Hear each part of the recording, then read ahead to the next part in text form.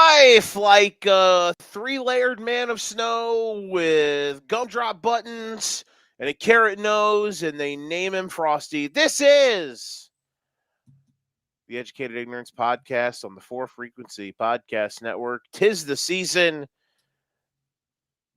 to spread love, joy, and tidings and goodwill upon men, or however the songs go. We're out here, and a just like an overweight and wallowing in self-pity or self-loathing furry green guy,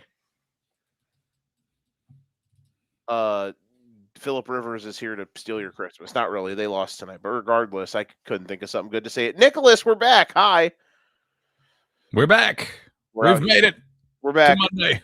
It's the Sunday live show, Monday live show, week 16. What a weekend to talk football. We are here joined, or sponsored as always, by our good friends on the Four Frequency Sake Podcast Network, by Ryan Ellison Tattoo and Durham Remodeling, and Nick Brinks. We have a lot of stuff to talk about. How are you this weekend? How was your weekend? How are things? How are you? How are your days counting down to Christmas? Weekend was good. We had my parents' side of the family Christmas with the kids and my siblings and their families and stuff like that. So we got an early dose of Christmas this weekend. We'll do our immediate family at the house this week, and then my wife's side of the family next weekend. So 1 out of 3 in the books. Did you get any good gifts? Did you give any good gifts? Good gifts? I like CDs. Oh, there we go. I've gotten into Steven Wilson Jr. lately. Okay. You dig deep into your music Rolodex. Yeah, he's my newest obsession. Discovered him through. I'm a big Hardy fan, and I've kind of discovered him through Hardy in country music. So yeah, I've been down the Steven Wilson Jr. rabbit hole of late, and so I put his 2023 album on my list, and I got it this weekend. So I'm happy about that. I think the thing I appreciate about you the most is that you're not like a culture vulture for country music. You're not just out here being like a basic bitch about it. You're like, I feel like you're a real one. You're not out here like Morgan Wallen, my favorite artist. That's true. Now I will say, I did like Luke Combs. I bought his first album. I haven't bought any other ones, but I was on the Luke Combs train for his first album very early on. I got into Hardy before he got, I wouldn't say he's super big yet, but no, because I don't know him. I was into him pretty early, and as you just said, you might not even know the guy. I don't. But I don't listen to country, but like I at least know if you're famous. I was gonna say Morgan Wallen, yeah, you'll know him even if you don't like country. But I've seen him in concert a couple times, but yeah, I try not to. I've never been a guy that's like, who's the biggest name in country today, or who are the 5 biggest artists? Those are my favorites. No, I grew up and I liked Mark McGuinn and Emerson Drive and stuff. Some bands and artists, that country artists, have, even at the time, were like, oh, that's pretty deep. There you go. Pride myself on the deep cuts, I suppose. Well, I don't know too many artists, but I do love this bar. I also know that I was going to ask, we talk about gifts. Is there any gift that you've given or will soon give? Like, is there a gift that you got one of the kids that, unless you can spoil it now, unless they're going to watch this. I mean, maybe they're dialed in right now. Not quite. Well, Daddy, who's the fat man that yells a lot that you do a show with? Oh, don't worry about Santa him, son. Claus, son. Huh? Yeah. That's Santa. Okay, so this is a fun present. I found this on Etsy, and when I saw it, my son, he's 5, and he loves everything I love, but especially NASCAR. Mm-hmm. And when I came across this, I thought, holy shit, when I was a kid, I would have spent so many hours with this shit. It's a 3-foot by 5-foot floor mat but it's a racetrack. Oh, Little I had cars one like of them. this. Yep, I had one of them. Like I just drove on my dining room table or our deep freeze. Those were my racetracks with my little cars that I still have. And so he's getting a floor mat racetrack, and it's actually because we've got the rugs that are like city roads, and they zig and they zag, and there's buildings and all that. But like it kind of looks like Bristol if you looked from above. There's the racetrack, there's the grandstands around the outside, there's the pits, and there's Victory Lane. So I think he'll get a kick out of that one. That's one that comes to mind. You can tell him. You can say you're Alan Bestwick tonight, buddy. That's right. And it's 2004. 20 years of trying. Oh wait, no, that's Mike Joy. Using lessons learned from my father to drive these cars on the floor with this great mat. Learning. That's a good one. That's a good one. Well, listen, I've put together some gifts. I still got to wrap all my shit, but it's because I have a reason. I'm a busy boy. Okay. I'm not procrastinating, kind of, sort of. I do know this. Last Christmas, I did give you my heart, but on the very next day, sources told me that you gave it away. So, not giving you anything for Christmas this year, buddy. Sorry, I had to tie something together. Especially as long as it wasn't Mariah Carey coded. What'd you say? I got the reference. There you go. I'm glad you're not dressed like her. Like Mariah Carey? Yeah. What would one be dressed like Mariah Carey like? I don't know. Just like in skimpy-ish clothing Slutty with a Santa. miniskirt on? Slutty Santa? Slutty Santa? Everyone could, yeah. I went over to Santa's house. Mrs. Claus wasn't home. Somebody came down the chimney. yeah. Somebody came on the chimney, in the chimney. What are you talking about? Santa Claus is coming. Just dot. Oh man, he made a list. He checked it twice. He found out that Samantha from Whole Foods was naughty and nice. Oh, Santa. He liked her cookies. Yes. She left him some of that special milk. Wait a minute. All right, we need to stop. Okay. The FCC is going to shut us down, even though they have no jurisdiction over us. The FCC won't let me be. DJ chiming in. Joe's got the chest for Mariah. I've got the chest for Lizzo.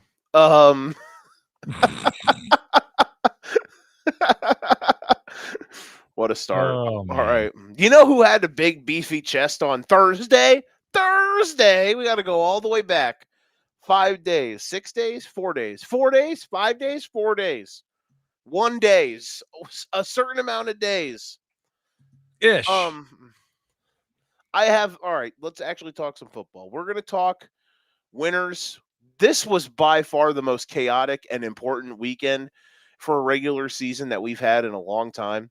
Considering there was something crazy that happened every single day, except for today, really. But unless you consider 53-year-old Phillip Rivers actually playing really good, which, hey, I'm happy for him. And basically the entire AFC playoff field being set now. And so we have to take a spaceship back to Thursday. And we are going to start with the Seattle Seahawks and the Los Angeles Rams. I want to tee this off, Nicholas, by asking you a question. Was the overtime drive by Sam Darnold on Thursday the best drive of his career in the NFL? I gotta refresh my memory. So they're down 7 at the time in overtime. Need a touchdown to at least tie, right? Mm-hmm.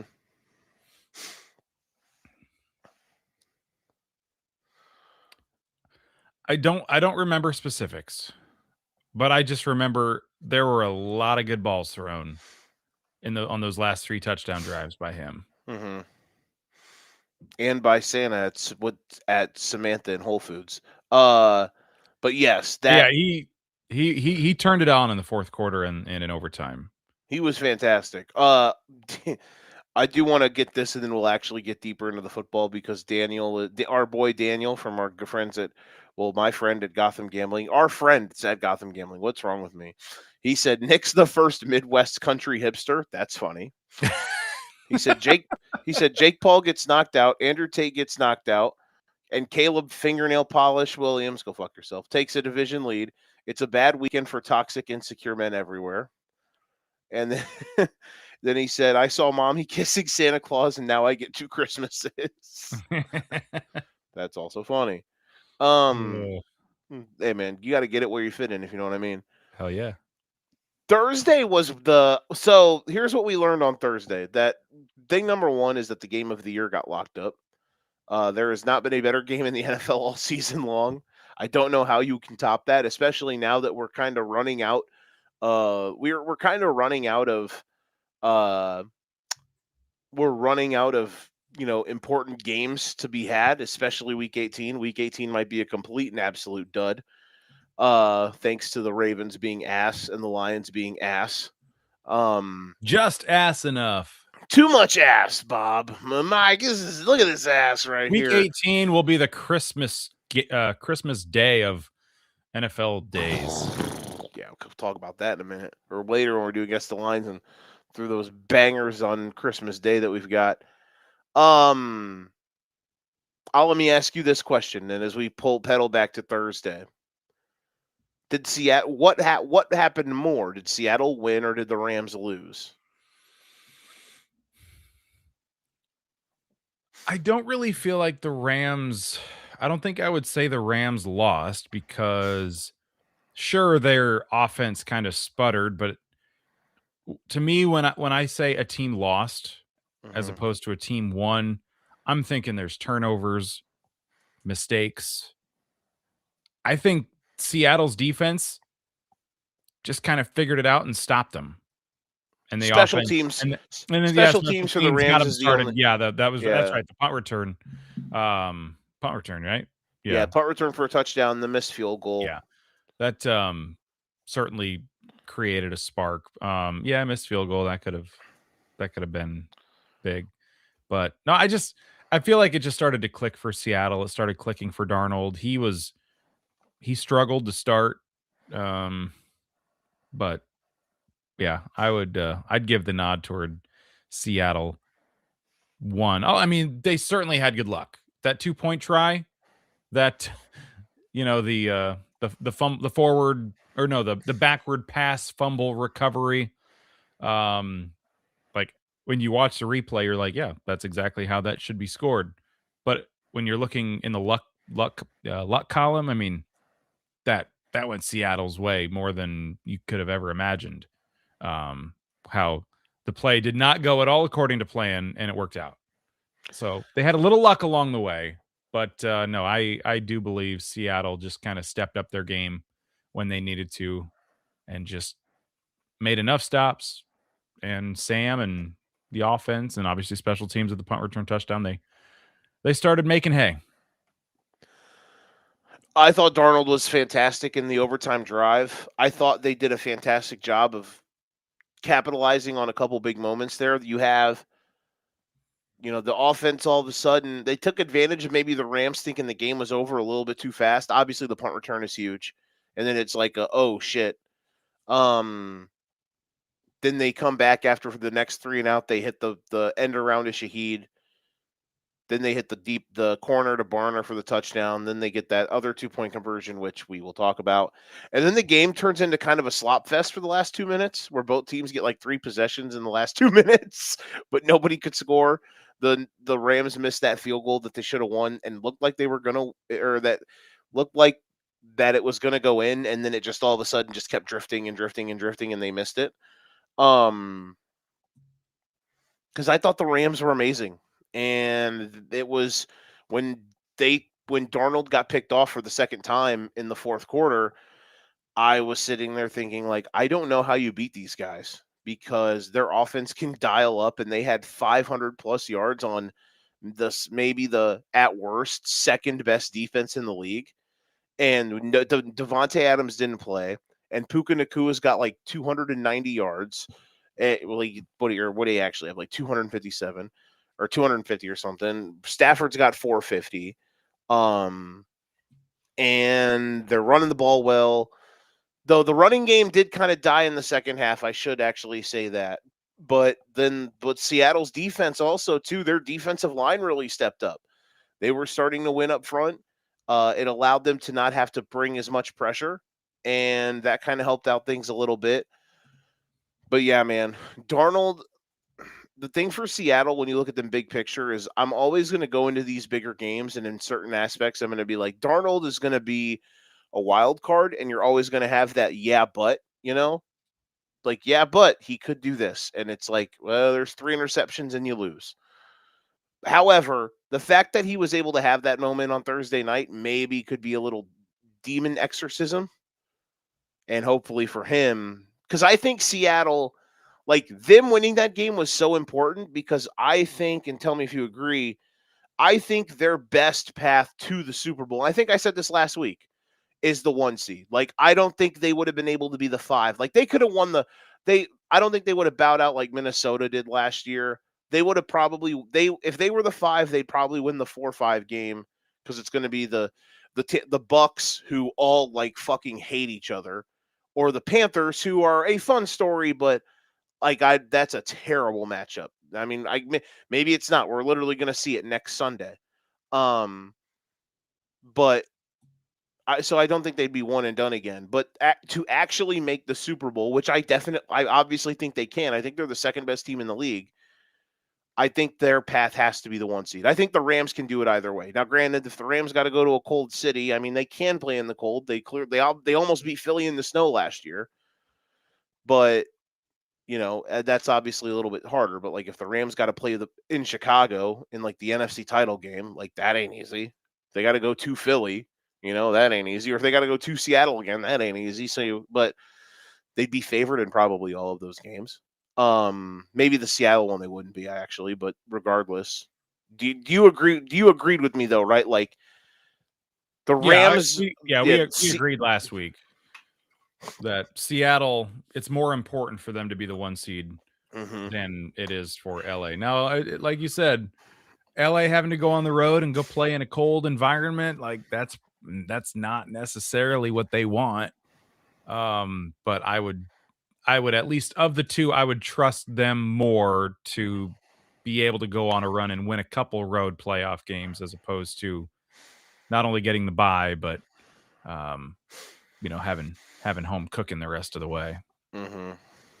Yeah, and we know, obviously, for the Rams playing at home, it's not a home crowd environment. There are more visiting fans there most of the time than home fans. So you're that's not a huge incentive for you, other than it's climate controlled and you got good weather. That's the main thing. Now, I don't think there's any certain easy matchup in the NFC, obviously, but except the 5 at the 4. I think we can all say that should be easy. Should be. It would be I think we'll agree with this. If we did, in 2 weeks, when we do wild card weekend, guess the lines, I'm pretty sure that will be the highest point spread. Whoever the 5 seed is, aka whoever finishes second in the NFC West, they will be favored probably maybe by a touchdown on the road in the wild card round. On the flip side, what happened the last time the current 5 seed and the current 4 seed played? Exactly. Yeah. The 10 point, they were 10.5 point favorites, and they lost outright. We can say it's an easy win for the 5 seed. Exactly. The Rams are going to win at the Panthers. Oh, they couldn't do it a couple weeks ago. However, I think you were the one who asked the question. Remember, I'm skipping ahead, but remember, I think you asked the question, did the bye week count on the ups and down scales? And it clearly did. So that means Panthers... Didn't they lose last week, the Panthers? Because the Bucks lost and then the Panthers lost. Right. But then the Panthers then won yesterday, so they're back on the win. They're still on the lose-win path. They could lose this week and then beat the Bucks again, but then But then they're going to lose them at a playoff game. yeah, unfortunately, the wild card round, it's shaping up to be a loss 3 weeks out. Yeah, Jekyll and Hyde, Yeah. Panthers, just out here. I will say this. For Seattle, they definitely their play calling in that game was a little bit weird. They called the game like they didn't trust Arnold, which I mean I get at times. Maybe it was more of a mental thing than anything. I wish their offense would kind of get back to being as, just like risk it for the biscuit type stuff that they had before.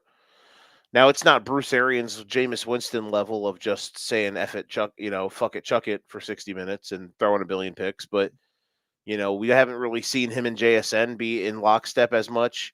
They really don't bust out Shaheed at all. Like, this was the first time they've had Shaheed for like a month and a half. And this is the first time they finally brought him out of the cabinet and dusted him off and said, here's our fun toy. Look at this toy we bought. It's like the toy you got at Christmas a year ago, and then you just remembered, like, guys, look at this toy. I forgot I had this toy. Look how fun this toy is. And all of a sudden you're over here playing with, with some Rock'em Sock'em robots that are a year old, but you didn't realize you had them until yesterday. And that was the Seahawks with Rashid Shaheed on Thursday. Best Thursday night game ever? Question mark. That's a tougher question. I don't know. There are some Titans Jags color rush matchups that come to mind. You're telling me Raiders Broncos from about 2 months ago wasn't the best one? Got to be up there. Yeah, greatest. It was the best. I walked in and said, "This is a great football game." I can't think of one off the top of my head where I'm like, "Oh yeah, that would beat it." But yeah, that was fantastic. In a season that has seen a plethora of absolute primetime duds, that was not a dud. And thankfully, I feel like we've gotten over that hump where we went through the doldrums of a month or two ago when all of the primetime games were just terrible. I think that Denver game was right in the middle of that, or maybe right at the tail end or something. Yeah. You know what's crazy is like we've had a whole bunch of either banger primetime games or just complete shitty ones. Like it's a rarity we have just kind of a meh. Like tonight, honestly, was kind of just mid, which is a rarity. Not mid, but just a game between two teams. Usually these night games are like LOL, awesome, but also very stupid, or oh my god, this is horrendous football. Why am I watching this sport? Yeah. Like last Monday. No, you're thinking 2 Mondays. You're thinking 2 Mondays ago, right? Are you talking about the Jalen Hurts? No, I'm talking Dolphins. Oh, yeah. And how bad they were on Monday. Yeah, it was bad, wasn't it? Shout out Quinn Ewers. I forgot we didn't talk all week, so we didn't really talk about that. The bar was in hell, Nick, and they let us down. They did. But then they benched Tua, and that got me happy again. Any other thoughts on Thursday night? Seahawks Rams game of the year.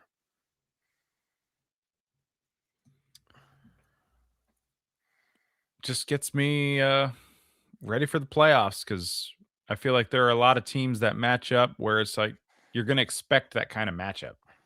I would die for round 3, bro. Like if you told me right now, I don't care which building it's in. If you're telling me right now we're getting Rams and Seahawks round 3, but I have to give something up. I don't know. Like I don't know what it is I wouldn't give up. Like I need it. I need it to happen.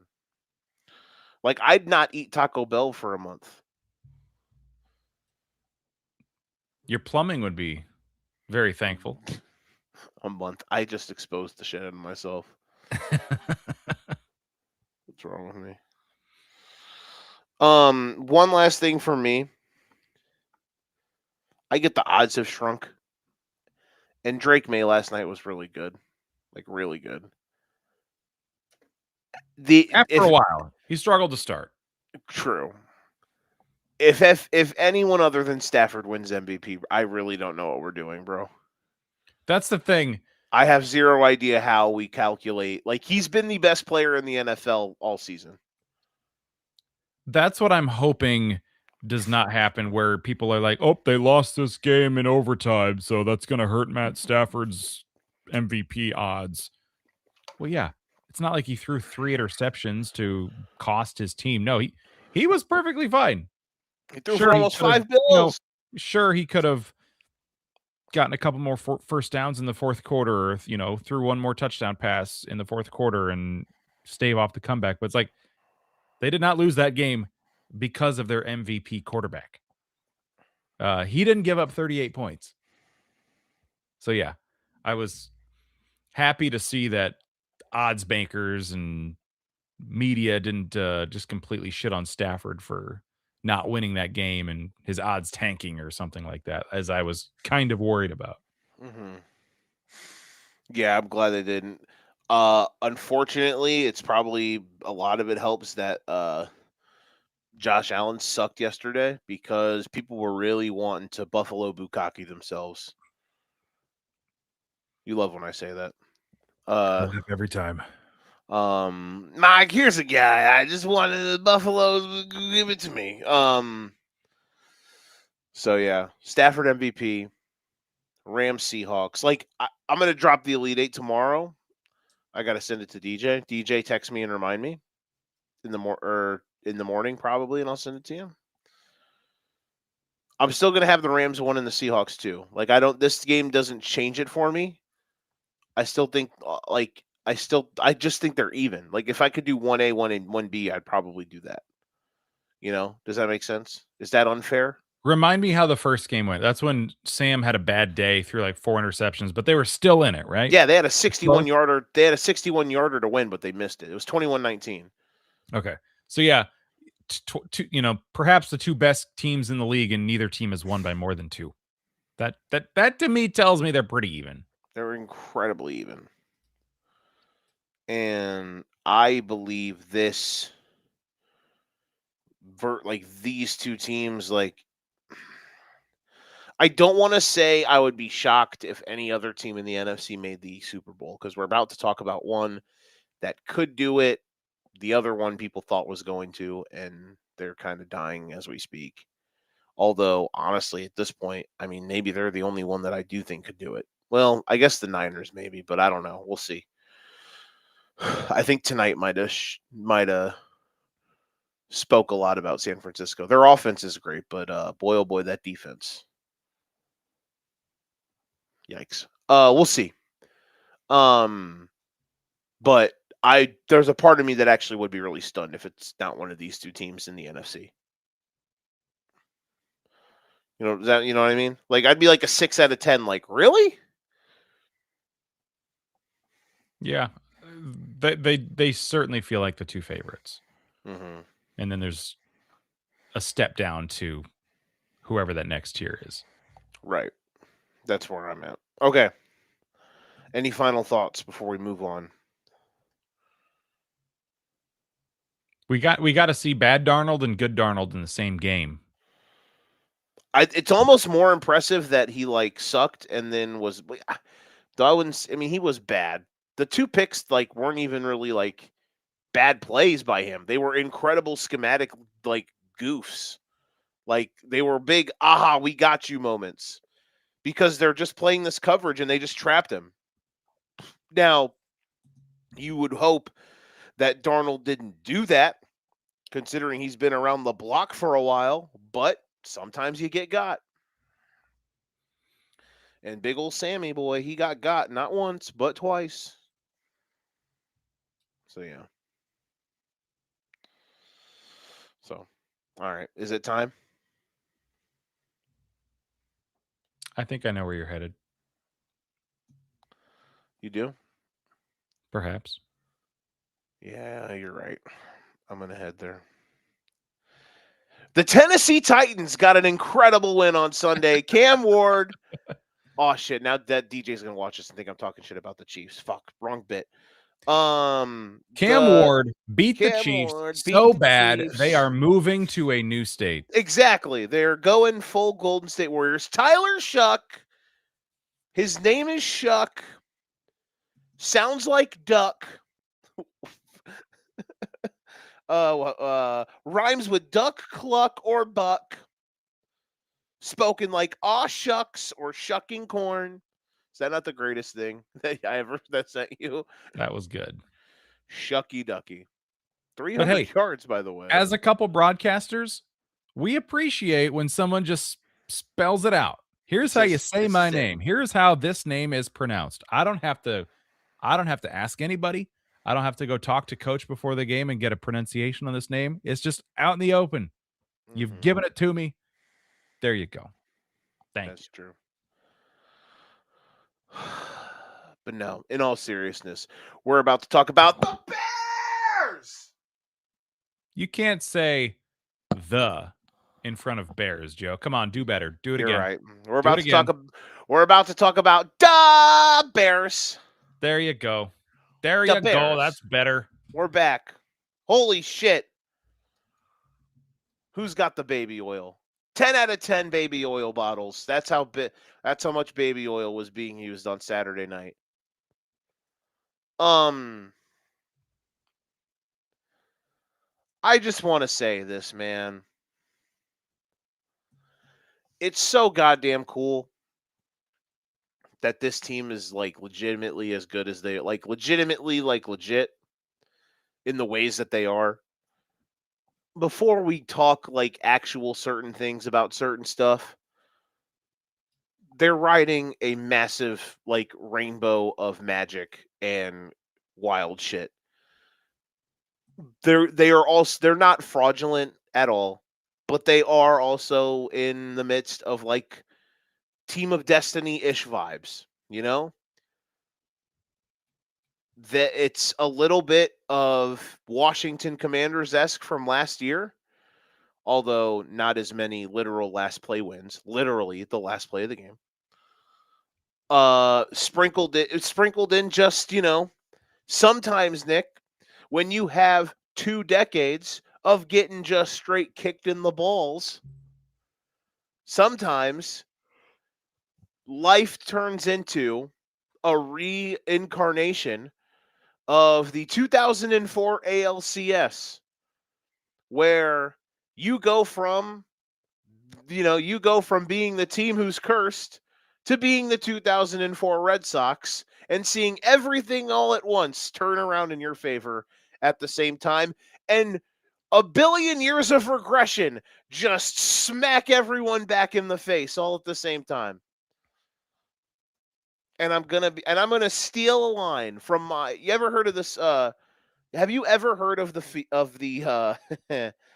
We'll actually talk legitimate schematics about this stuff in a little bit, but I have some vibes things that I'm getting off here. Nick, have you ever seen? Do you know what 30 for 30 is? Yes. All right. Have you ever seen the one called 4 Days in October?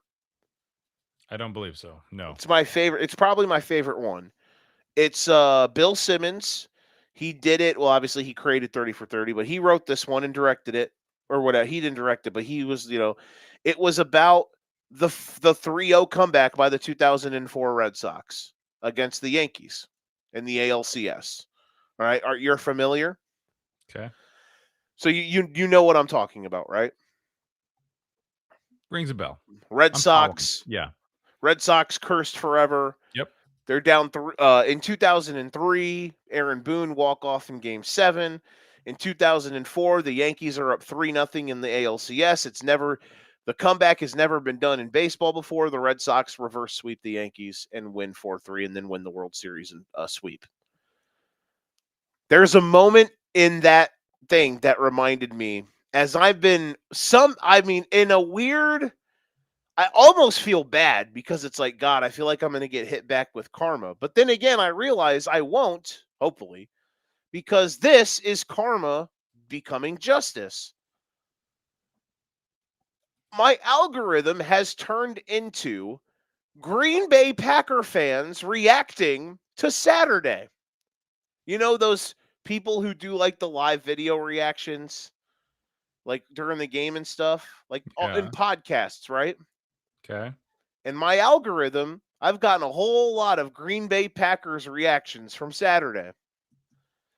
And there's a moment in in 4 days in October when in game 7, the Yankees are getting their asses kicked by the Red Sox.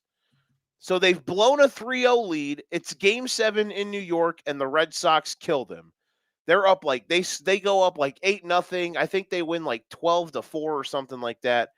And there's a moment in the movie, documentary, or whatever you want to call it, when they're showing Yankees fans late in the game. Nick, I promise I'm going to land this plane here. I need you to stick with me. Okay. Yankees fans are like sitting, and their faces, their heads in their hands, and they look like they're in dire distress, and they're wanting to jump off a bridge. And it wasn't Bill Simmons, it was the guy who was doing the thing with, and he literally says something along the lines of, "Wait, I know that look. That's us."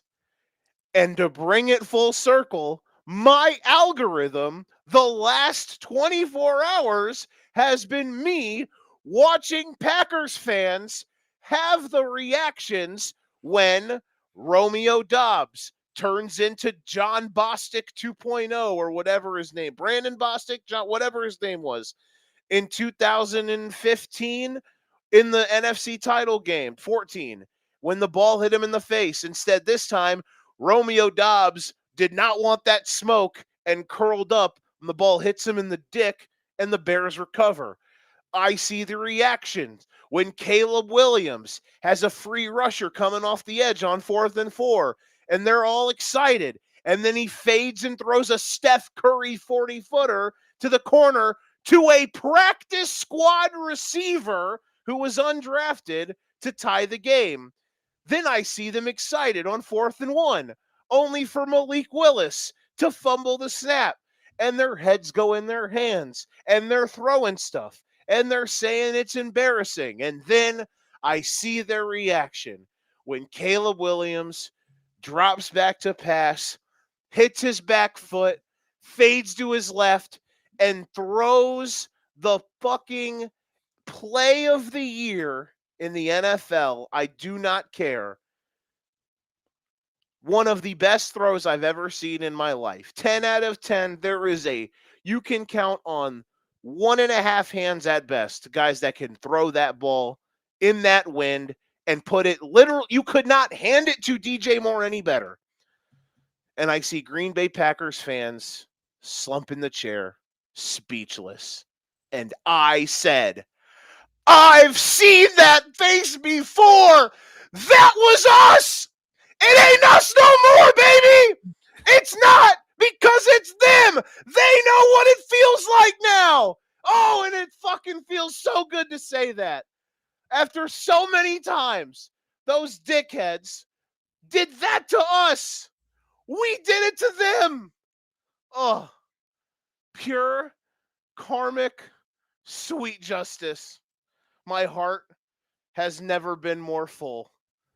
And listen, as I was putting all this together in my mind, are they going to win the Super Bowl? I don't know. Are they going to win the division? It's up in the air. Schedule's not easy. They go to San Francisco. They host Detroit. I think at worst they'll probably split them. If they do, they win the division. But if they lose them both and Green Bay wins both, they'll lose the division because of that dumbass tie with the Cowboys. So who knows? All I know is it's different. And it's different because we made them do that. And yeah, it's real. It's here. It's here and it's real. And I just wanted to put everyone into my emotions as a Bears fan that witnessed that. And I got to sit there and say, they're us now. I've seen that look. I've made that look. Think of all the Aaron Rodgers moments, or when Cairo Santos got his field goal blocked last year. Just all the dumb moments against that dumbass team that wears green and yellow. Look at these turned tables. Oh, my heart. It grew 10 sizes that day, said the Grinch.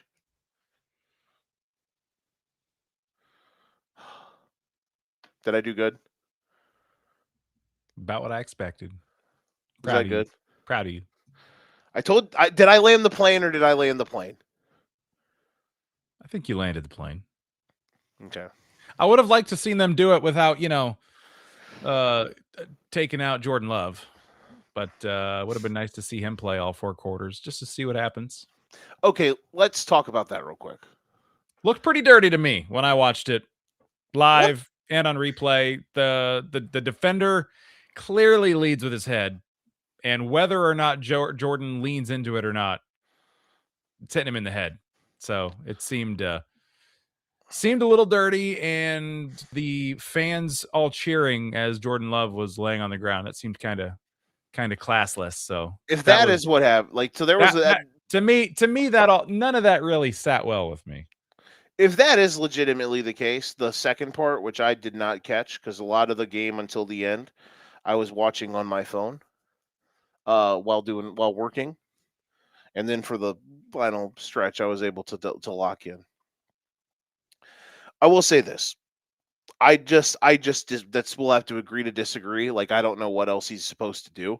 It's unfortunate that Love, like, and also it's like, what else is Love supposed to do? He's trying to like dodge he's trying to protect himself, and it just so happens Booker's coming in, and Love's trying to like fall down to protect himself, and he just clash heads, and it's unfortunate. But that's football. Like, I just don't know what else. Like, I don't love the roughing calls. I especially don't love that one because it's one of those what else is he supposed to do one. I really didn't like the first one at first, but like the first roughing call they hit Booker with, but I get it. It's the body weight rule, and you got to protect the merchandise because I'll always say that first and foremost. And the merchandise being the quarterbacks. How the rules are written, those were 100% clear offenses. I don't know how the second. I mean, I understand kind of the second one, but still, I think that's a bad penalty. And I also think, me personally, I just think if that's dirty, then I don't know. Like, I don't think that's dirty. I think he's going to try to sack the quarterback. It's a violent sport. I don't think he was going in there to try to. I mean, I don't know. Like, you're obviously going to try to go and hit a guy. Hitting could hurt him. So that's just football. I just don't know. I don't know what else he's supposed to do. And again, that's the same thing for Jordan Love, because even at the time, I'm like, he ducks into it. But he's trying to protect himself. He's got a free rusher on a loop coming right at his face. He's trying to make sure he doesn't get lit up. And unfortunately, like, he did the one thing that got him lit up, The only thing he could have done is if he could, like, turned, but he just tried to, like, get down and, like, self-sack himself, But instead, while in that process, him and Booker collided, and it knocked him out. Now, I will say this. Malik Willis played his ass off. He did. And listen, LaFleur and Hafley, their defensive coordinator, they dominated this game. They turned the game. Green Bay played the game for 3 quarters and 7/8 of 3 and 6/8 quarters, 7/8 quarters, however you want to put it. They played that game for 55, 56, 57, 58 even minutes. How they had to play that game when they have a bunch of guys hurt. They had to ball control it.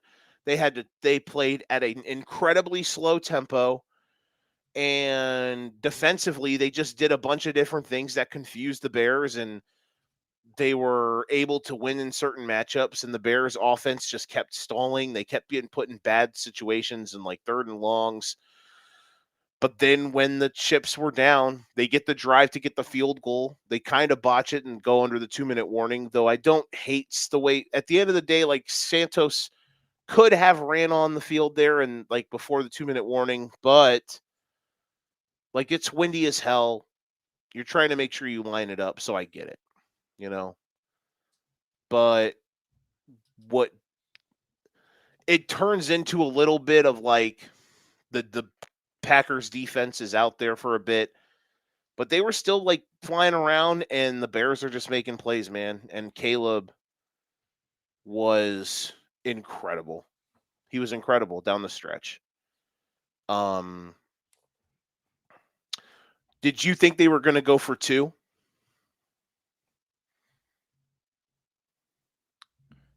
Touchdown happened with what, 25 seconds left? About a half a minute, yeah.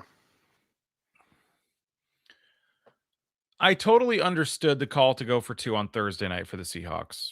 Oh, yeah. They Oh, absolutely yeah. needed it. That you have to. That one I totally get. You do Overtime and fourth quarter, I know are different. So, but I did think, yeah, I don't like. We've seen a lot of teams go for 2 in this situation recently, but I definitely saw where you don't necessarily need to. Your offense is humming, and your defense has only given up 16 points today. So, like, this feels like a natural time to be okay with the extra point. them And going I for also one. think too, with 20, 25, 30 seconds left, whatever it was, let's say you get the 2-point conversion and you're up by 1. That's still a decent amount of time for Green Bay to get down the field 20, 30 yards, especially in the with field 3 goal timeouts. range. They had 3 timeouts, yeah. Whereas if you go for the tie, you can almost guarantee that Green Bay is just going to sit on the ball and go to overtime. Don't give them the incentive to use these 25 seconds to their advantage. Yep. So I could have seen them going for 2. I could have seen them go for the extra point, and I think when I was watching, I said, I don't think you have to go for 2 here. I think you kick it, and just the way the game was going, you just came back, and both sides of the ball are playing well for you. I think so. Yeah, I agreed with it. To an extent, I could have seen either way, but yeah, I would have agreed. I think they definitely were going to go for 2 in the game in Green Bay before Caleb threw the interception. Like, if they would have scored on that play, they're going for 2 to try to win it on the road. You know what I mean? Yeah. At home, though, that was Ben. Even though they're missing some guys on their offense, I mean, they were the game-tying touchdown was literally thrown to a guy who was an undrafted free agent who was on the practice squad all year. They were missing their top 2 receivers. Shout out to DJ Moore, by the way. Good Lord, what a fucking baller. He's had some big catches here the last couple weeks. You know more than me. You know more than anyone how I have been very hot and cold on that guy. I think DJ Moore has been very hot and cold on that guy. I'm going to be 100% honest with you, man. I hope they keep that dude forever. And it's not just because it's like, oh, he had this one moment. Like, he's played his ass off lately, bro. And, like, he clearly gets it. And yes, you're going to have these massive moments of frustration, but, dude, he goes to war. And you can win with dudes that play like that. There's moments that make me want to pull the hair that I don't have on my head out, but then you have moments like he had. He on the first play of or their second offensive play of the game. Is it a cheap shot what Nixon did to him? Kinda, but it's football. The play where Nixon like smoked him with his back turned to him. I don't know if you saw that or not. I don't think so. It's like the second play of the game for the Bears. DJ Moore ran a crosser. Caleb scrambled. DJ turned his back, and Keyshawn Nixon, while DJ's back was turned, just ran through him, and it fucked DJ's back up. So all night, his back was screwed up. So, like, you know how when he caught the touchdown, he was, like, laying on the ground still for, like, 10 seconds? At the end of the game, he's, like, yelling about how bad his back was. He got, when he's laying on the ground in the end zone? Yeah. Oh, okay. Yeah, because his back is like jacked up just from the hit that Nixon. By the way, it's all that also again, it's a kind of a dirty play by Nixon, but it's not anything I'm losing my mind over. It's football. Although that happening makes it more funny that DJ absolutely mosses him at the end, and it's Nixon. So that's funny to me. Regardless, what was I saying? Oh, they were going to go for 2 in Green Bay. I felt like them going for the one was Ben Johnson saying, "We trust our horses. Ours are better. Our dudes are better than yours. We're gonna make we're gonna make your team that is literally falling apart, trying to cross the finish line. Prove that you can do it again." And they couldn't. So crazy, man. The Bears, I think, control their own destiny for the 1 seed. Okay, they don't. Okay, I lied. Do they have to play Seattle? No, I lied. So they play San Francisco on Sunday. If they win that game, if they win out, I think this is how they get the 1 seed.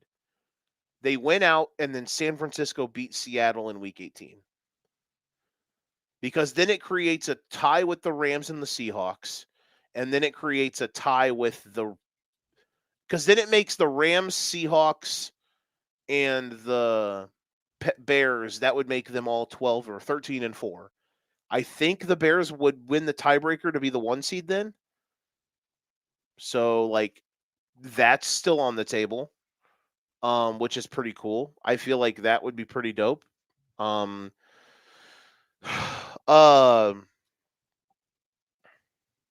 man. They have a quarterback who's incredible. I've kind of waited my entire life for this, so it's pretty dope, not gonna lie. Just having fun. And here's the thing, man. They're like he's nowhere near where he's gonna be. You know what I mean? So it's gonna be fun to argue, to have the arguments with people to say, "Oh, they're gonna regress next year." It's like, yeah, maybe, but they also are not even close to the final version of themselves because Caleb has nowhere near peaked. But it's incredible. Speaking of Caleb and peaking in the quarterback class, I want to go to the quarterback class. Where is this quarterback class going to rank on an all-time scale, man? The only pick that you can, I guess the McCarthy one. I'm sorry, Jordan. So Penix. So 4 of the 6. That's an absurd rate. 6 in the top 12, and 4 of them are legitimate franchise guys. Not even they are. Bo Nix, Bo Nix is somewhere between quarterback 18 and 25 for me, but he's still an NFL starter by a wide margin. He's probably closer to top. He's somewhere between maybe he's in that range. You know what I mean? But there's days when he's the 13th best quarterback on the planet. He's a franchise level quarterback. That's what I'm trying to say. So that's 4 franchise quarterbacks in the top 12 of a draft. That is wild. And I don't think any of them would trade. I think they would all say, we're keeping our guy. You know what I mean? Yeah. Yeah, that compare that to some other classes, and yeah, that's pretty wild. Yeah, they're yeah. I hadn't thought about that. It's crazy, man. I think about it all the time. Because it's sick. Caleb and Drake, and then Jaden last year. We'll see. I still think he's really good. I think that last year maybe was closer to what his best will be. Same with Bo Nix. Well, Bo Nix has been better this year than last year, but still, I don't trust him in certain spots. But I don't think he's bad. I don't think he's a scrub. I think he's limited to a degree. But yeah, man. Was that Bryce Young's class too, right? No, Bryce Young was with Stroud. Okay. Yeah. Okay. So he was one off. Got it. So crazy times. Speaking of draft classes, there was a draft class in 2020. 2020, the 2021 class? Yeah. So the 2021 class of NFL quarterbacks, the number 1 overall pick was a certain man from Clemson University, little old Clemson. And I just want to say this as we move on. Did you have any real quick? Actually, did you have anything else for Bears Packers? No, I think we're good. Bears or not Bears? Packers could still miss the playoffs, by the way, and couldn't talk about I do feel bad for I'm dragging Bears fans or I'm dragging Packers fans by the balls right now, but I do feel bad for them. Like, will I also dance on your grave to a degree when they get clipped? If they get clipped, I mean, listen, the Bears and the Packers could play again in a couple weeks, so obviously famous last words, but like losing Micah and then having some of the injuries they had, that is shitty, you know, because they were like, that's just like, what the fuck? Like, that's stuff that's out of your control. And it's unfortunate that, that's where they're at right now, but I'm very worried. I'm not worried because, like, LOL if they did get knocked out, but if I was a Packers fan, I'd be worried that you might miss the playoffs. Now, granted, Detroit losing Sunday helped you a lot, but it's definitely not. You definitely are holding on to your butt down the stretch. If they lose on Saturday, then it's like, oh shit, JJ McCarthy could end the Packers season. Anywho, let's go to Sunday before we go to guess the lines. Because the win of the weekend, honestly, in my opinion, and maybe the best win of the NFL this regular season.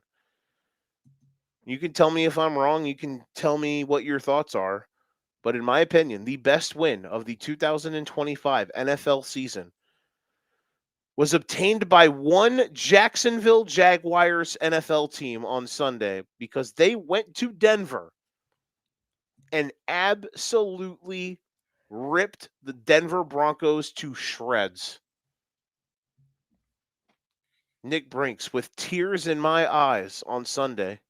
Trevor Lawrence, he wasn't running him down. He was running away from him. The Jacksonville Jaguars are for real. Holy shit. What a performance. I've kind of felt like they've been for real for a while. Like the last few weeks, I feel like we've kind of talked about it a little bit. It's like, yeah, this Jags team, they could have it. And I think yesterday, whatever boxes they needed to check yet, I think they checked with flying colors. They've been just offensively blowing the doors off teams, and defensively, they're not bad by any means. I would maybe say average, but not below average. Maybe average to above average. They've got some pieces. They're in the same realm kind of as Chicago, where they're very like turnover dependent, but they don't give up as many like explosive plays as Chicago does. Chicago gets gashed. The Jags don't just get repeatedly gashed on defense. That's true. So it'll be interesting. Trevor's finally playing at just a phenomenally elite level. What they drafted him to do. It's taken a few years to get there, but he's finally, I'd say, arrived. If he can maintain it, that's even better. But he's playing super well right now. You can't come up with many quarterbacks playing as well as he is right now. I'm sure you could come up with a small list, but Trevor, he's doing it right now, and we'll see if that team has the. I don't know. I guess I won't even. This is just a good year to be really good if you're in the AFC, because I was going to say you don't necessarily have the experience of winning, but nobody else does. The only team that's in the playoffs right now that has won playoff games, it feels like, recently in the last 10 years is the Bills, and they've never been able to get over the hump themselves. So it's wide open right now. And I'm certainly not betting money against Jacksonville to be the AFC representative. They're playing well enough where I wouldn't rule it out. I'm glad you're saying this because I'm telling you, man, it's not out of the realm of possibility that this team legitimately can play for a Super Bowl. Like, why can't the Jags win the AFC? Yeah, what would be standing in their way? If they're playing as well as if they continue to play at the level they're playing right now, Denver, supposedly the one seed in the AFC, they didn't, they didn't stand a chance to him. I mean, look, There's not many matchups that I hate. obviously, it would take a hell of an effort to have to go if they had to go to Denver again and play them and like to win again, but like why can't they? You know what I mean? And they're playing so well. The funniest part about all this, who would have thought that it would have taken all it would have taken for this passing game to be unlocked was, well, Travis Hunter, he'll blow his knee out in week 9 on a bye week, and Brian Thomas Jr. will be literally a terrorist for 2 months, and then they're going to basically demote him and trade for Jacoby Myers, who's just this middle of the pack receiver. And Parker Washington, this guy, he's okay. He's going to be your new like outside receiver. Oh, all of a sudden, Trevor Lawrence is playing like the best player in the NFL for like a month. It's literally crazy. And Cohen's got it, by the way, man. Like that, it's what a hire, bro. What a hire. I knew he was going to be really good, but he's even like, he's got the goods because they did a phenomenal job of just in that game on Sunday. Just they knew how to exploit mismatches. They knew how to get to where they wanted to get to, man. That was really impressive. Another borderline like win that was like win of the day worthy was the Steelers. That was a very impressive performance by them. I thought that Rodgers looked really good. Their running game was fit. Like, when was the last time? Now, maybe this could very well just be a level of opponent thing because the Lions defense and the Lions in general are kind of a corpse right now. But like, when was the last time the Steelers running game was that good? Like, never. They ran for 230 yards. Like, good Lord. I think of Le'Veon Bell. Yeah, that's been a while. 10 plus years before he was making rap albums. Before he went haywire. Before Antonio Brown started murdering people, allegedly. Pat's got an incredible win. The Panthers, good God, good for you guys. Just incredible stuff. So yeah, those were the big moments from week 16. Next, what is our quick gun to our head? Let's look at the slate for week 18. We do this every week. Snap call prediction for game 272.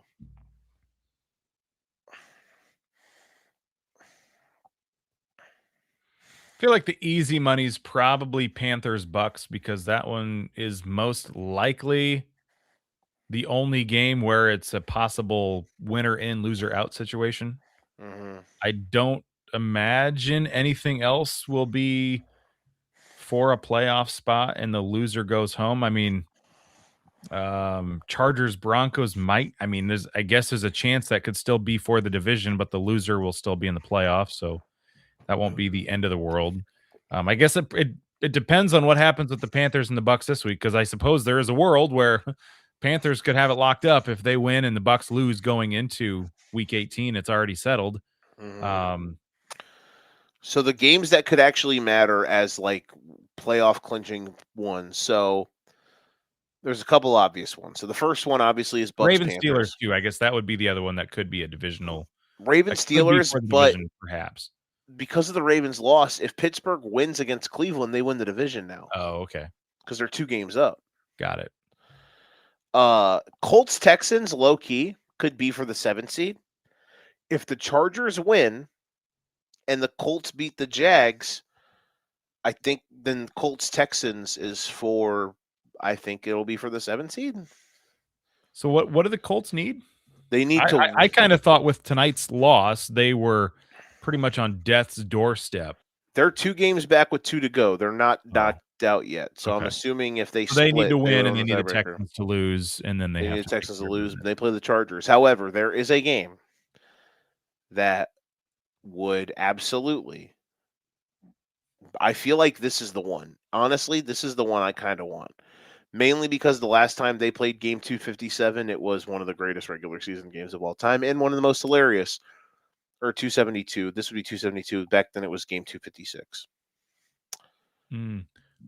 If the loss, I was also going to say Seattle and 49ers, not ruling that one out either. If the Niners beat the Bears, then that Seahawks Niners game becomes for the 1 seed.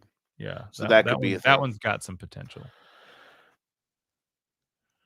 The Los Angeles Chargers, if they beat the Houston Texans on Saturday, then there's a world that exists where not even a world that exists. I would assume this is the case. If they beat the Texans on Saturday, then Chargers Broncos in week 18, no matter what the Broncos do against the Chiefs, which they're probably going to win. The Chiefs are literally a disaster right now. Sorry, DJ. Then Broncos Chargers is for the AFC West and maybe the 1 seed. Because the Chargers are 11-4, the Broncos are 12-3. If they both win, they're still a game back of each other. And the Chargers beat them earlier this year. So that means if the Chargers win, they would sweep them, which that should be the tiebreaker. So that's a very, very dark horse candidate for the Sunday night game on week 18. Games that got eliminated, Ravens Steelers got eliminated unless the Browns pull off an all-time stunner of a win. But even then, if the Ravens lose to Green Bay, then that's a moot point. Colts Texans pretty much got eliminated. Bears Lions got eliminated because the Bears are a playoff team now. Now, granted, there's a world where like the final, maybe they would do something where the game 272 could be like if the Bears were going for the 1 seed and the Lions were were like needing to win to make, like if the Packers lost out and the Lions beat whoever they played next week. So like let's say the Packers lose their next 2 games, right? And they finish 9-6-1. Well, the Lions have to win out. Or no, what would it be? 9-7-1? 9-7-1. The Lions would then have to win their next 2 games. So like basically it'd be like Bears for the 1 seed or Lions making the playoffs, one of those, but probably not. So Chargers, Broncos, Seahawks, Niners, Bucks, Panthers. Those are kind of the 3 that I'm eyeballing right now. Those are going to be your choices. Colts, Texans, maybe.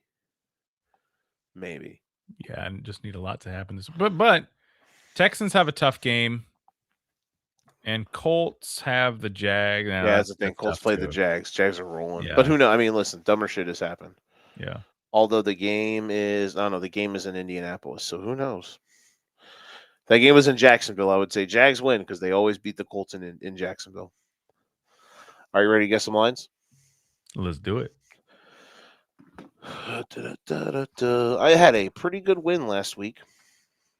I am up 8-4-5. We're out here. Week 17. Merry Christmas. What a disaster. So we're calling an audible. We're not guessing the lines for the NFL Christmas games. We're going to guess the lines for the NBA Christmas games. First up, 11 a.m., Cavs at the Knicks. The Cavs are going through a weird start to the season. Everyone's either been hurt or is hurt. Donovan Mitchell's a lone man, a chief without a tribe. And the Knicks just come off the NBA Cup. Come on, Nick. Are you not into this? Let's go. Guess the lines. I wouldn't Christmas. have the slightest clue. Maybe that would make it more fun. Yeah. Cavs at Knicks, noon on Christmas Day. Give me their records, then I have that to go off of. Cavs are 16-14. The Knicks are 20-8. And who's at home? The Knicks. Give me Knicks 8.5. Okay, you guessed, you got it wrong. It's 5.5. All right, next. Let's just see how close I can get. We've made it this far. Spurs, the 21-7 Spurs versus the 26-3 defending NBA champion Oklahoma City Thunder in Oklahoma City. OKC 6.5. It's 10.5. Damn it. Mavs Warriors in Golden State.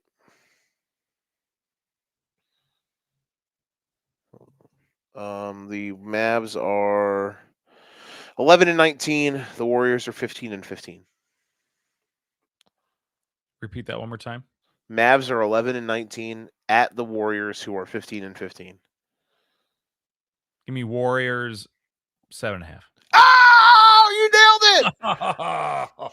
Oh, Merry Christmas. All right, we're done. There we go. Okay. Yeah, I don't want you to lose the last two. We're going to end on the hot streak. Okay. Merry Christmas. Happy Chrysler. Is Christmas. Happy Christmas. First up, Dallas at Washington. Boy, oh boy. Listen, man. I'm not the NFL, man. They had a great idea. They thought they put these games and together. It blew up in their face. Sometimes life just listen, man. Sometimes you're a bug, and sometimes you're a much bigger bug or a smaller bug, and that other bug is really big. And you look at that bug and you go like, God, that's a big bug. I knew that bug was going to be so big, and the bug was so big. And you just get bugged by the bug, and that's it. You know, I'm kind of chuckling and enjoying the fact that all of these games are just absolute shitty ass, because it symbolizes the NFL's greed toward expanding streaming and holiday games and, you know, solo game windows. Yeah, it's what they get for trying to play on a street that isn't theirs, man. The NBA owns Christmas, dog. Yeah. While also, you know, expanding the regular season by a week, and that takes a toll on bodies, and now you're missing over half of the starting quarterbacks on this day and some of their backups as well. So I say it's a nice old dose of fuck you, NFL, you greedy pieces of shit. You go. Enjoy your Christmas ratings. So could Alex Smith come out of retirement for the Chiefs like Phillip Rivers did? What about Trent Green? Is Trent Green still laying around somewhere? Does he even work for CBS anymore? I don't know. I don't even know. What about Washington? Didn't Mariota get hurt? Yeah, is it Josh Johnson? Yeah, one of his 14 NFL teams. He's got to be getting close to shooting for 32 at this point. Put him in the hall, bro. All right, first up, Dallas, Washington. Dallas on the road. Maybe a third string quarterback. Oh, give me Cowboys 7.5. Going big. You are going big. Holy shit. You got it. I said 4.5, and this is, I guess, before I never knew when I wrote this out initially that Mariota was hurt. Shows that I didn't watch Saturday. That game. It is 6.5. Nice. So first time I've led since 2023. Yeah. Before we play, at least it feels like it. Next but they don't call me king of the poop for nothing. We've got an entire day devoted to the Jurassic Park poop meme. That is true. Like Christmas it's a shitty Christmas for the NFL. If you could symbolize getting coal in your stocking, it's the NFL on Thursday. It's Jeff Goldblum saying that's a big piece of coal. Jurassic Park coal meme. There you go. Detroit, Minnesota. In Minnesota. And maybe also a third string quarterback, or not third string, but third different starting. No, Max Brosmer's already started once this year, and that did not go well. Did not. So, yeah, let's go Lions. 9.5.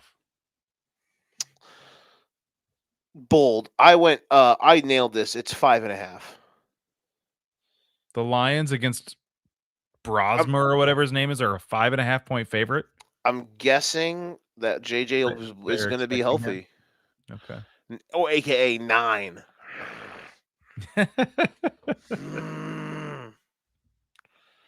Bro, the Bears would be 12-3 and tied for the 1 seed if it wasn't for that dude having a Jeremy Lin moment in week 1. Fucking kill me. Never mind. I'm not talking about it. I'm not mad. I'm happy. Go Bears. Denver, Kansas City. Now, this one will 100% be a third-string quarterback, and I don't even know who it is.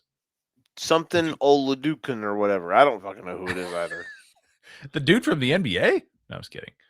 Giannis Antetokounmpo? No, that sounds like a guy's name in the NBA that I've heard of, but I couldn't tell you. Charles Olamacandy. I don't know. Maybe, who knows? But Denver, let's go. God, I love that this is the primetime game. They thought, oh, maybe there's a chance this could be for the division. Patrick Mahomes. Now, fuck you. Third string quarterback with 2 functioning knees. Something that they have no other quarterback on the roster that can say. Good on you, NFL. You're mean. Broncos. 10.5. You didn't go big enough, but I did. I said 11.5. It is 12.5. Damn. Who's the king of the poop now, big boy? It ain't me. Next up, Saturday. These games on Saturday. These And hold on. 2 games are on Saturday night. Oh, yeah. First.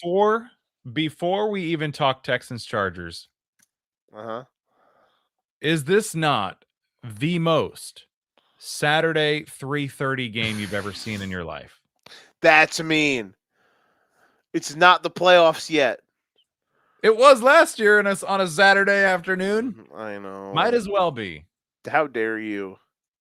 My goodness. What is it about 3:30 on Saturday where the NFL schedule makers are like rubbing one out together and be like, "Oh yeah. Oh, Texans Houston 3:30 Texans, on a bro. Saturday. Give it to me." Oh, Houston was made for Saturday afternoon, bro. So yeah. What did they do? Where did the Texans touch you? Where did they hurt you? They asked the little doll. Now. It's okay. Why do they get stuck with the Saturday afternoon games all the time? It's not 2:30. It's not 4:30. It's always goddamn 3:30. It's okay now. Do I? But damn, this one should be fun. I'm just gonna go Chargers 2.5. Okay, you got it. I said Houston 1.5, so I tic-tacked it. But you got it though. It's Chargers tic-tac. Chargers 1.5. Okay. So you had the Texans favored, huh? On the road? Yeah, it was a just a It was a bold strategy, Cotton. Sometimes the tic-tac zone just be tic-tacking, you know what I'm saying? And I thought, defense against this offense that even though they played good against the Cowboys, it's the Cowboys, you know what I'm saying? They're a Make-A-Wish Foundation. Next up, Baltimore on the road against Green Bay. Who knows who the fuck is playing in this game? Malik Willis might not play. Did he get hurt too? He got dinged on the sack at the end of regulation. People think he could be hurt. He'll probably play. Jordan Love's probably not going to play. It's usually hard for those guys to clear concussion protocol in a week, and he has less than a week. So unless you're T. Higgins, and then he goes right back into it. That is a great point. Yeah, it's not who wants to be a millionaire. It's who wants chronic head trauma. So yeah, Ravens and Packers. Lamar Jackson got kneed in the back. Lamar just has these old man injuries now. He needs a good halftime poop to clear his mojo. Would help the lower back out too. In Lambeau Field.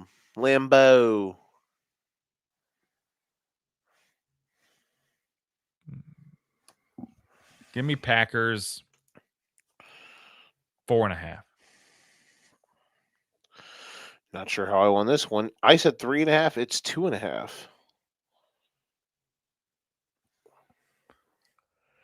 Well, you got closer than me. That's how you won it, Joe. Yeah. Don't be a smartass, Nicholas. All right, 3-2 good guys after one. After two. Next up, we move to Sunday, and we go to the Sunday S tier. I don't love this game. It's a good game. Don't get me wrong. I'm just gonna hate watching it because I don't like either team. It's Bills hosting the Eagles, and it's Sunday S tier because it kind of has to be. Let's go Bills. In Buffalo. 3.5. Wow. I am on fire. I said 3. It is 2.5. Son of a bitch. So that means they think Equals. that they're equals, and I would disagree with that. I would lay it. I'm laying anything under a field goal with Buffalo. Next up, Happy Cat Dance. Seahawks at Panthers. What a time to be alive. Whomst would have thunk that the Seattle... my fault. Whomst would have thunk that the Carolina Panthers would be anything other than a poop-infected team post-Thanksgiving, post-Halloween, but fuck that. It's going to be Christmas. It's going to be Christmas in 3 days. And the Panthers are out here saying, bitch, I'm trying to win the division. Do we know what the tiebreaker looks like if Panthers have a 1-game lead going into the season finale? So if the Panthers and the Bucks both have the same result. And they split. I believe no matter what, the Bucks then would win the division because of like common opponent record or some shit like that. Because that's what I was going to say. Conference record, I think, is what it was. Okay. Or divisional record. It might be divisional record, and then you consider the Bucks split. They'd have split with everyone. Panthers would have split, lost twice to the Saints, but beat the Falcons twice. So that's 2, 3, and 3. So if it's tied there, then it goes to, I think, conference record. Panthers lost to the Saints twice. Bills was the AFC Bills, right? So I don't know. Yeah, because my thought was, is there a world where they beat the Seahawks and the next week is irrelevant, but that probably means the Bucks have to lose? Bucks have to lose. I was just curious if they can win this week to clinch, but I'm guessing if they haven't talked about that scenario, then that's not possible. Right. But this is the Bucks we're talking about, and they are playing like shit right now. They are playing bad football. And they get to play the king of the shit, the Miami Dolphins. That they are. So we're going to find out that Quinn Ewers can throw for like 5 touchdowns this week. Wouldn't that be cool? Wouldn't that just be funny? We're not talking about that game, though, bud. We're talking about the Seahawks in Carolina. Give me Seattle. Well, duh. 6.5. No, Panthers 1.5. We split it. I said 8.5. You said it's 7.5. I can dig it. Could this be a letdown spot for Seattle? Certainly could be. Can you imagine? Yeah. Could you imagine Panthers beating perhaps the 2 best teams in the league? Could you imagine? And then still missing the playoffs? That'd be funny. That'd be cruel but hilarious. Mid but still watchable. I only put this here because sometimes these games are hilarious. These games are weird. And we're all going to be watching it because if the Steelers win, they're division champs. But it's the Browns, and the Browns are playing spoiler. And Myles Garrett's going for the freaking sack record. So Steelers at Browns. Mid but still watchable. Give me Pittsburgh.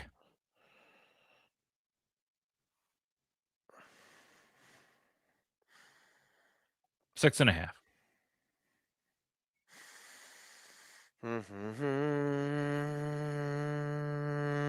Whoa. Oh, you still got it though. Wow. That's crazy. You said 6.5? I did. I said 7.5. Off my reaction, take a wild guess what you think it is. 4.5. Close. It's 3.5. Holy shit. Wow. Holy, mark that. We're both over our field goal off on that.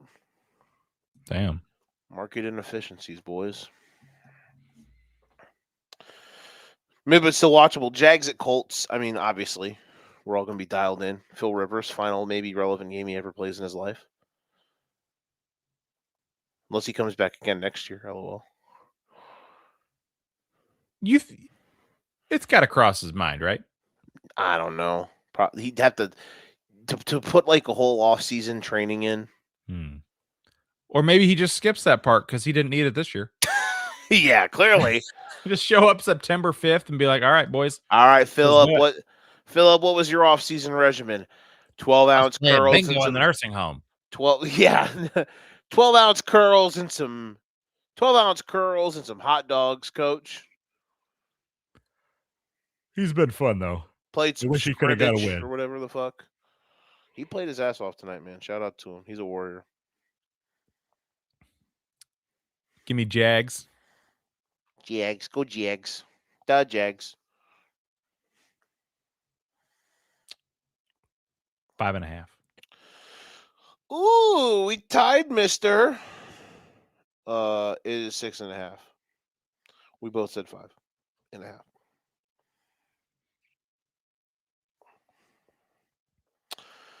Uno, dos, tres. Uno, dos, tres, cuatro. Uno, dos, tres. Dos. Uno, dos. So 4, 3, 2. 1, 2. 4, 3, 2. Jurassic Park poop meme. Games resemble the poop meme, the poop pile in Jurassic Park. And Jeff Goldblum turns around and says it's a big pile of shit, and it's a real big pile of shit. So that means what it means. Next, here we go. Your moment. Bucks to Dolphins in Miami, aka Nightmare Fuel. Give me Bucks. 4.5. We split it, bud. I said 6.5. It's 5.5.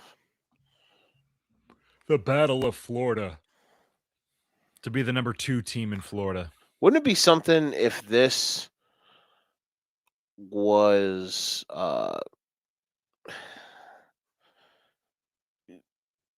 wouldn't it be wouldn't it be something if this actually meant something? Like there was some sort of like juice behind this game. Just in general. Like teams cared about the Florida State Championship, you know what I mean? What like if they do in college? These two teams could have just traded halves of the season? Go on. Take Miami's second half of the season, steal the Bucks' first half of the season, and then give the Bucks Miami's first part of the season with their second part of the season. And you'd have a playoff team and in the running for the number 1 draft pick. Yeah. Who would our quarterback be?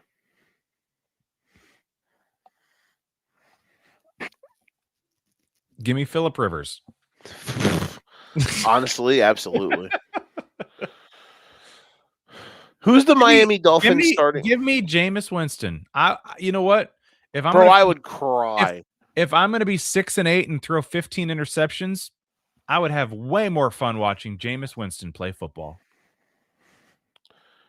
Perfect world. Who's the quarterback for the Dolphins next year? Too early to talk about it. I don't even know who the options would be, honestly. But yeah, the Tua train has left the station. Yeah, them benching him is clearly them saying he's out. Yeah. I've been over him for a while. Do you remember the exact moment you became out on him?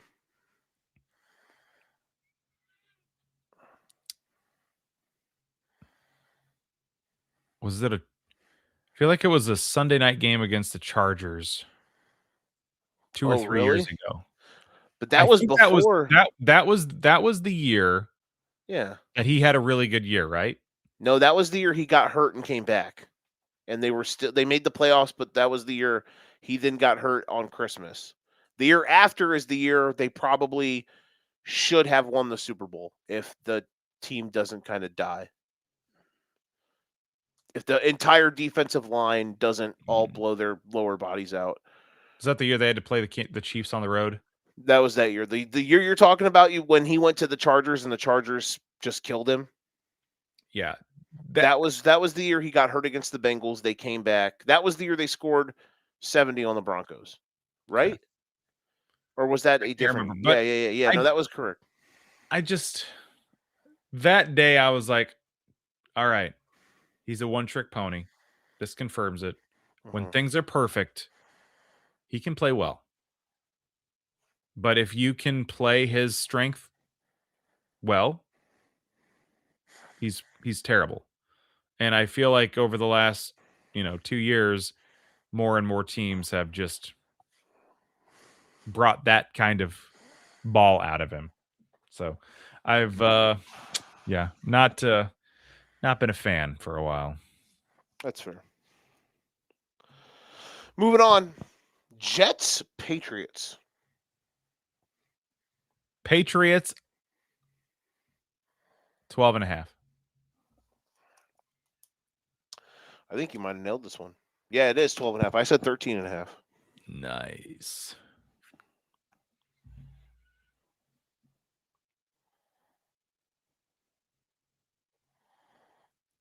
Where are we standing now? Where are we looking? Or how are we looking?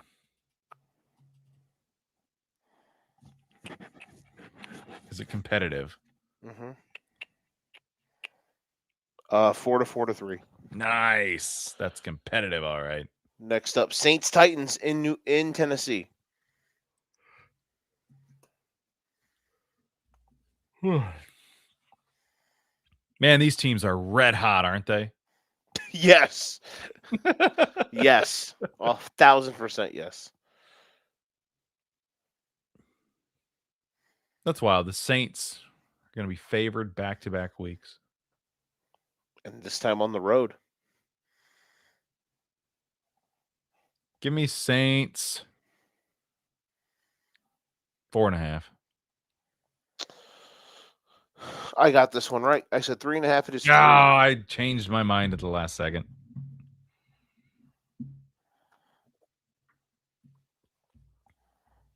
I choked. You did. I choked, damn it. Next up, Cardinals at Bengals. I lied. No, I didn't lie. Cardinals at Bengals. It's our last one before prime time. We got that one and then one more. We have the yeah. We have the game. We have the game of the year next week, bro. Oh yeah, I see it. Give me Bengals 7.5. I said only 4.5. You nailed this though. It's 7. I watched what the Bengals can do against a mediocre to bad team. Isn't it nice that Joe Burrow's not talking about like pseudo killing himself now? No, he's just talking about killing killing animals. Dolphins last week, Cardinals this week. That was a weird 7-day stretch where he was just like, I don't love football, bro. I don't even know if I love life. Yeah. I don't want to be here. I don't even know if tonight will be the night that I will. That was him at the press conference. Next up, ladies and gentlemen, the greatest game. Sunday, 3:00 somewhere in a world far, far away. In Las Vegas, Nevada, we will have the New York Giants and the Las Vegas Raiders. 2 tank center.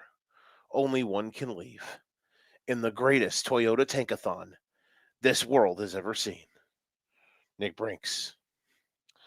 My prediction for this is hilarious. So let's see if I can win it by basically trying to throw this to you. Go ahead, my friend. Is this for the 1 seed? Or not the 1 seed, the number 1 pick? I don't even know where that stands right now. They're the only. This is pretty much would give them the 1 pick. Whoever loses.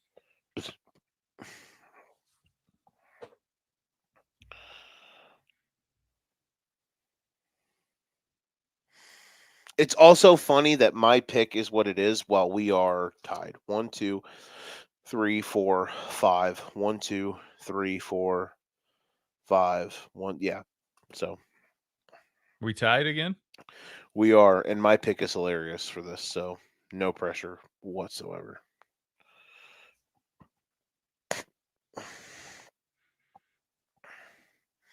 I'm just gonna go Giants 3.5.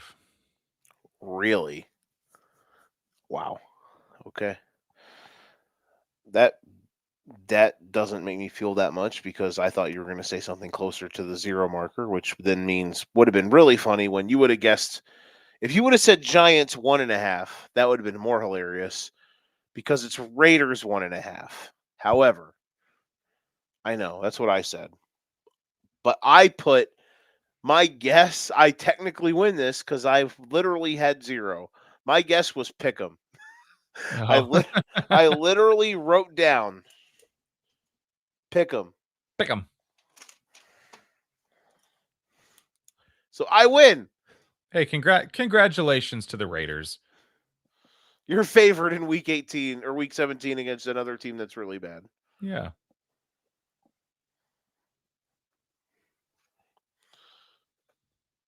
You said Giants minus what? It was such a bad pick. I think I forgot. 2.5 or 3.5. One of the two. I think 2.5. Next up, potential 1 seed implications, divisional implications. The Chicago Bears and the San Francisco 49ers in Santa Clara. Give me San Francisco 3.5.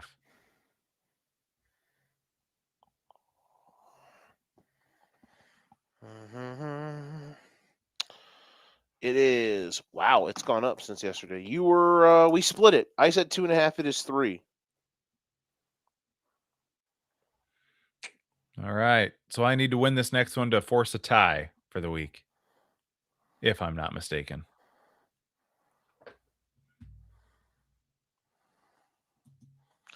Let's see. So this is a tie. 1, 2, 3, 4, 5 ties. 1, 2, 3, 4, 5. 5 wins for you. 1, 2, 3, 4, 5 wins for 6 wins for me. 1, 2, 3. No. Yeah. 1, 2, 3, 4, sounds right. 5, 6, 7. Wait. 1, 2, No, there'd only be 15 games total. 3. We should add up to 15 right now. Mm-hmm. Right. Okay. Next up. So what Monday is it? night. What do we decide? All right. 1, 6 to 5 to 2, 4? 3, 4, 5. 3, 4, 5, 6. Yeah, you're right. 6, 5, 4. Okay. Monday Night Football, Rams, Falcons. Monday Night Football on NBC. Alan and Chris are the best on TV. Wait, they've got a Monday night game? I no. I'm being a dick. Okay. You threw me off there. I was like, wait, what are we doing here? Rams at Falcons Monday night. Rams 10.5. You might have nailed this. I don't remember. Nope, I got it. 8.5. I said 7.5. Shit. I choked. Choked, damn it. Choked. Listen, man, we can't all be special at this. All right. I definitely am not. So week 17, are you going to be out of town next Sunday, or are you still going to be? Are you going to be home still? Are you going to be home? No, I'll be out of town, and Monday night I get back to town probably super late. All right, then So we're I probably will not be going to do a show next week. TBD. I could maybe swing a Tuesday if anything, but TBD. What's your work schedule Friday Of next week, this week? this Friday, Mm-hmm. I'm out of town all weekend. Okay, Friday, never mind then. Friday, leaving Friday, back Monday. Yeah, because I was going to say I think I might be going to. There's a world that exists where I'm going to a friend's house on Sunday night to watch the game. So I would don't, but that works perfectly if you're going to be gone. So I think we might not do a show next week. We could maybe do a Week 18 preview, and which cut would give us a little runway into the playoff weekly previews. We need to time stuff up to where you and I and maybe Danny can do those on Thursday nights for the weekly previews, and then the Sunday we obviously do the Sunday night after them. If we're going to do those again, if you wanted to do the double dip again, like we have been the last couple of years for the playoffs, Yeah, we'll just have to see. TBD. right? Got to figure out where I'm at. Yeah, you're right there, bro. What do you mean? I'm right here, Yeah, so ready to cut down some trees, looking like a lumberjack. I do like that shirt you're wearing. It's a birthday gift from my brother. I like it. I'm not a big flannel guy, but that one looks neat. All right, good job by you, buddy. We've done it. We've done it. We've done it. We've done it. Hell of a Who do you weekend. think I am? Who do you think you are? I am. I am. There we go. I fucked it up. Hey, Merry Christmas. And Merry Christmas. All right. To Mr. Winkle. Thank you all for hanging out with us. We appreciate you doing that. We will be back probably. So it seems like we won't be back next week, but we will be back for Week 18. Excitement levels through the year. Thank you all for hanging out with us. This has been the Educated Ignorance Podcast. If you ain't got your Gaming Best Pass, the sticks.